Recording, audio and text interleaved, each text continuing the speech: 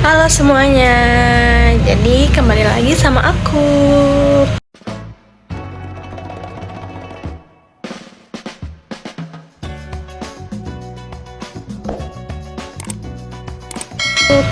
Hari ini aku bikin video lagi setelah minggu kemarin itu kita nggak bikin video karena tidak ada pembelajaran di kelas juga. Lalu minggu kemarin itu kita hanya UAS saja, terus bentar doang juga masuk ke kelasnya karena kita cuman UAS, kita ngejelasin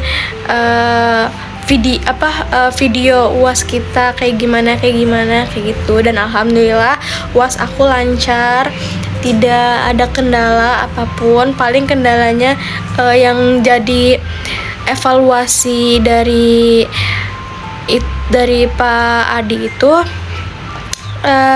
editingnya kurang. Nah itu, terus setelah itu kemarin kita belajar lagi di kelas.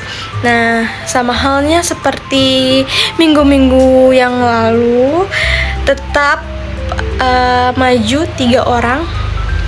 Yang maju itu teman-teman aku keren-keren, tapi ada satu teman aku yang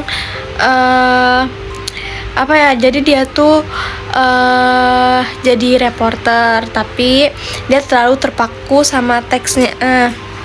Mungkin karena dia juga sebenarnya nggak mungkin kayak nggak ada basic jadi reporter kan, jadi kayak ya udah dari teks aja gitu loh, karena dia nggak punya basic jadi reporter, jadi kayak ya udah gitu.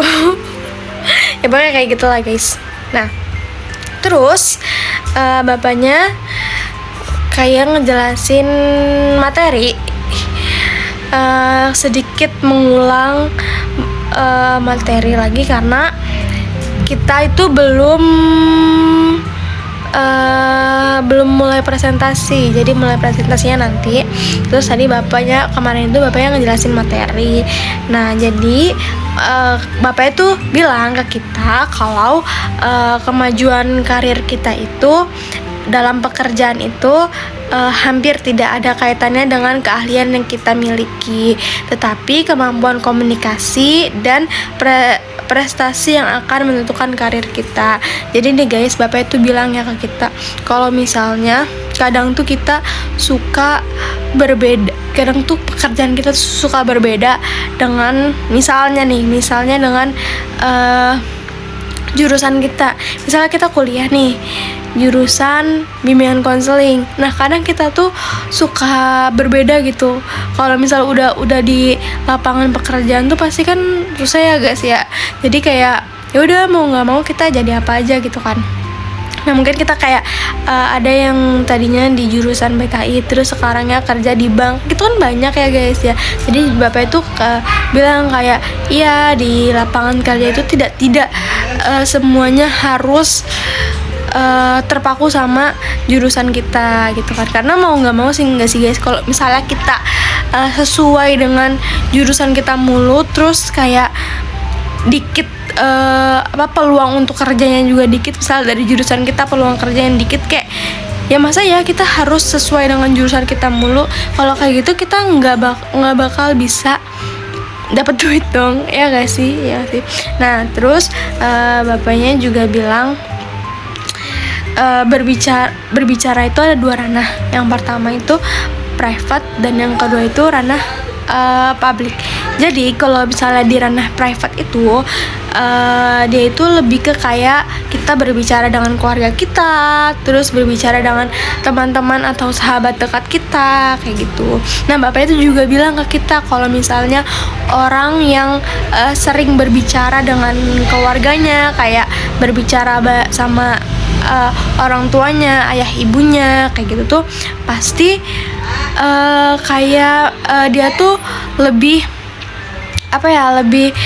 bisa untuk berbicara di publik gitu, karena dia tuh sudah terlatih gitu kan. Karena kalau berbicara dengan orang tua gitu kan pasti ada beberapa anak yang kurang berkomunikasi dengan orang tua kan. Jadi kalau misalnya kita sering berkomunikasi dengan orang tua kita tuh pasti akan mempengaruhi cara komunikasi kita di publik juga. Bapaknya juga bilang gitu. Terus bapaknya juga ngingetin ke kita kalau misalnya kita harus kayak sehari itu minimal ya kayak ngobrol gitu sama orang tua kayak 15 menit kek, 20 menit kek, kayak gitu. Terus kalau misalnya di ranah publik itu tuh di luar dari wilayah private, jadi kayak presentasi di kelas kayak gitu, terus seminar kayak gitu, itu ranah publik yang orangnya tuh banyak itu kan. Nah itu aja guys, jadi yang aku dapetin ya dari dari kuliah kemarin itu kayak yang aku inget di kepala aku tuh kita harus banyak-banyak berbicara kepada orang tua kita, kayak ngobrol gitu. Karena aku juga, kalau aku tuh emang sering juga gitu kan, karena aku di rumah gitu kan, jadi kayak setiap hari hampir ketemu. Terus aku juga kayak ya ngobrol dikit-dikit kayak tadi ada apa kayak gitu-gitu. Kalau misalnya aku kayak lagi kalau misalnya aku lagi kayak pusing nih, aku pasti keluar kamar terus ngapain gitu di kamar ibu aku kayak gitu.